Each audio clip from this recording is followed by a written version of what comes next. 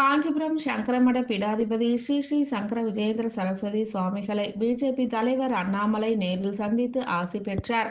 காஞ்சிபுரம் ஓரிக்கை மணி மண்டபத்தில் சங்கரமட பீடாதிபதி ஸ்ரீ ஸ்ரீ சங்கர விஜயேந்திர சரஸ்வதி சுவாமிகள் சாதுர்மாத விரதம் கடைபிடித்து வருகிறார்.